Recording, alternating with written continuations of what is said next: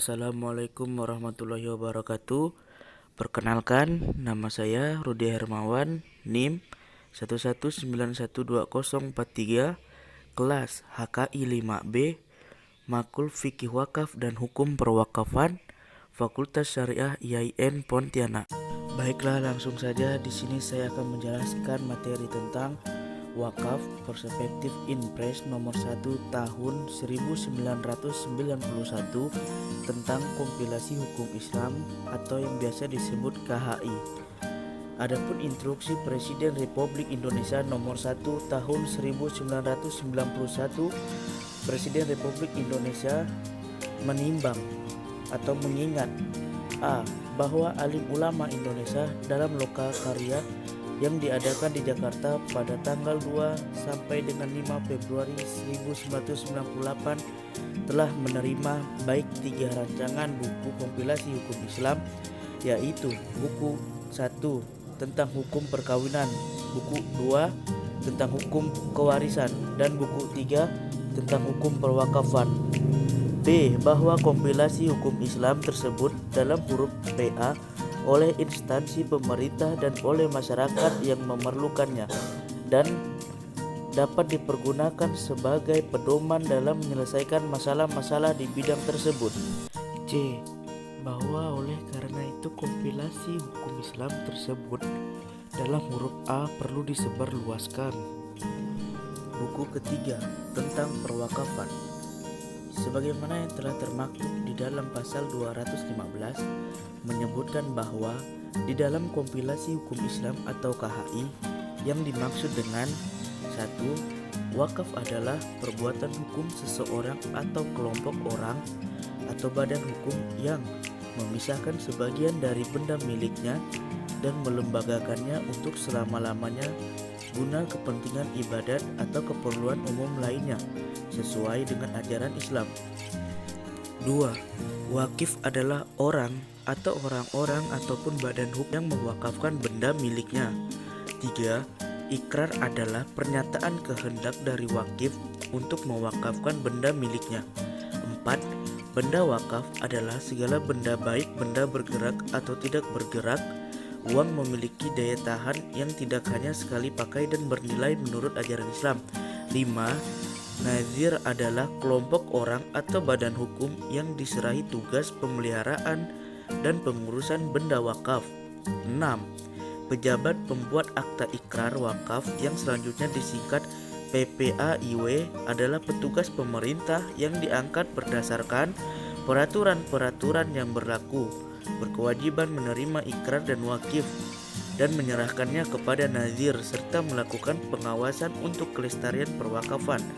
Ketujuh, pejabat pembuat ikrar wakaf seperti dimaksud dalam ayat 6 diangkat dan diberhentikan oleh Menteri Agama. Adapun fungsi, unsur-unsur dan syarat-syarat wakaf.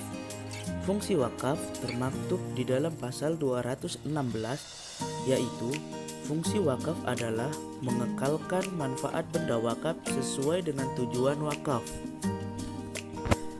Adapun unsur-unsur dan syarat-syarat wakaf sebagaimana yang tertulis di dalam pasal 217.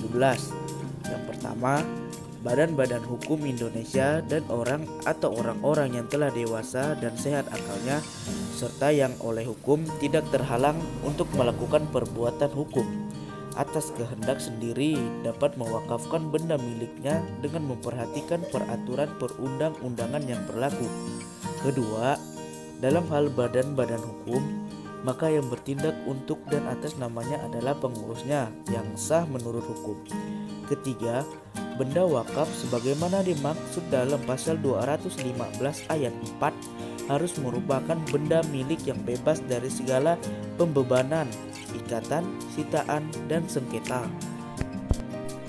Adapun yang termaktub di dalam pasal 218 yang pertama yaitu pihak yang mewakafkan harus mengikrarkan kehendaknya secara jelas dan tegas kepada nazir di hadapan pejabat pembuat akta ikrar wakaf sebagaimana dimaksud dalam pasal 215 ayat 6 yang kemudian menuangkannya dalam bentuk ikrar wakaf dengan disaksikan oleh sekurang-kurangnya 2 orang saksi. Kedua, Dalam keadaan tertentu, penyimpangan dan ketentuan dimaksud dalam ayat 1 dapat dilaksanakan setelah terlebih dahulu mendapat persetujuan Menteri Agama. Adapun yang tertulis di pasal 219, yang pertama, nazir sebagaimana dimaksud dalam pasal 215 ayat 4 terdiri dari perorangan yang harus memenuhi syarat-syarat sebagai berikut. A. Warga negara Indonesia. B. Beragama Islam. C. Sudah dewasa. D. Sehat jasmani dan rohani. E. Tidak berada di bawah pengampuan. F. Bertempat tinggal di kecamatan tempat letak benda yang diwakafkannya. Kedua, jika berbentuk badan hukum, maka nazir harus memenuhi persyaratan sebagai berikut. Badan hukum Indonesia dan berkedudukan di Indonesia. B. Mempunyai perwakilan di kecamatan tempat tinggal benda yang diwakafkannya. Ketiga, nazir dimaksud dalam ayat 1 dan 2 harus didaftar pada kantor urusan agama kecamatan setempat setelah mendengar saran dari camat majelis ulama kecamatan untuk mendapatkan pengesahan. Keempat, nazir sebelum melaksanakan tugas harus mengucapkan sumpah di hadapan kepala kantor urusan agama kecamatan, disaksikan sekurang-kurangnya oleh 2 orang saksi dengan isi sumpah sebagai berikut. Demi Allah, saya bersumpah bahwa saya untuk diangkat menjadi nazir langsung atau tidak langsung, dengan nama atau dalih apapun, tidak memberikan atau menjanjikan ataupun memberikan sesuatu kepada siapapun juga. Adapun kewajiban dan hak-hak nazir bagaimana tertulis di dalam pasal 220.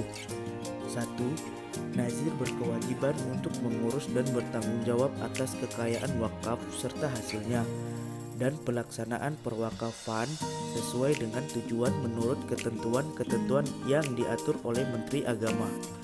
2.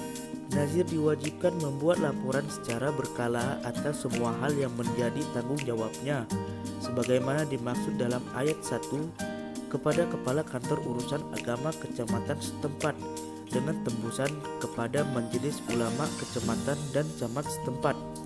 3. Tata cara pembuatan laporan seperti dimaksud dalam ayat kedua dilaksanakan sesuai dengan peraturan Menteri Agama.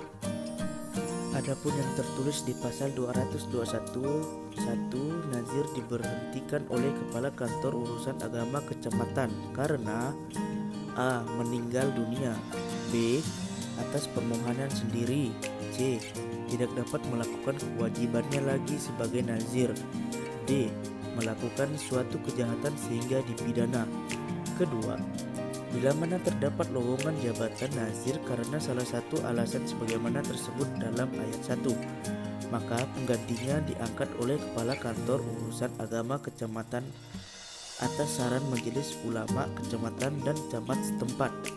Ketiga, seorang nazir yang telah berhenti sebagaimana dimaksud dalam ayat 1 sub A tidak dengan sendirinya digantikan oleh salah seorang ahli warisnya. Pasal 222 menyebutkan bahwa nazir berhak mendapatkan penghasilan dan fasilitas yang jenis dan jumlahnya ditentukan berdasarkan kelayakan atas saran majelis ulama kecamatan dan kantor urusan agama kecamatan setempat. Sekian presentasi dari saya, kurang dan lebihnya saya mohon maaf. Wallahul muwaffiq ila aqwamit thoriq. Wassalamualaikum warahmatullahi wabarakatuh.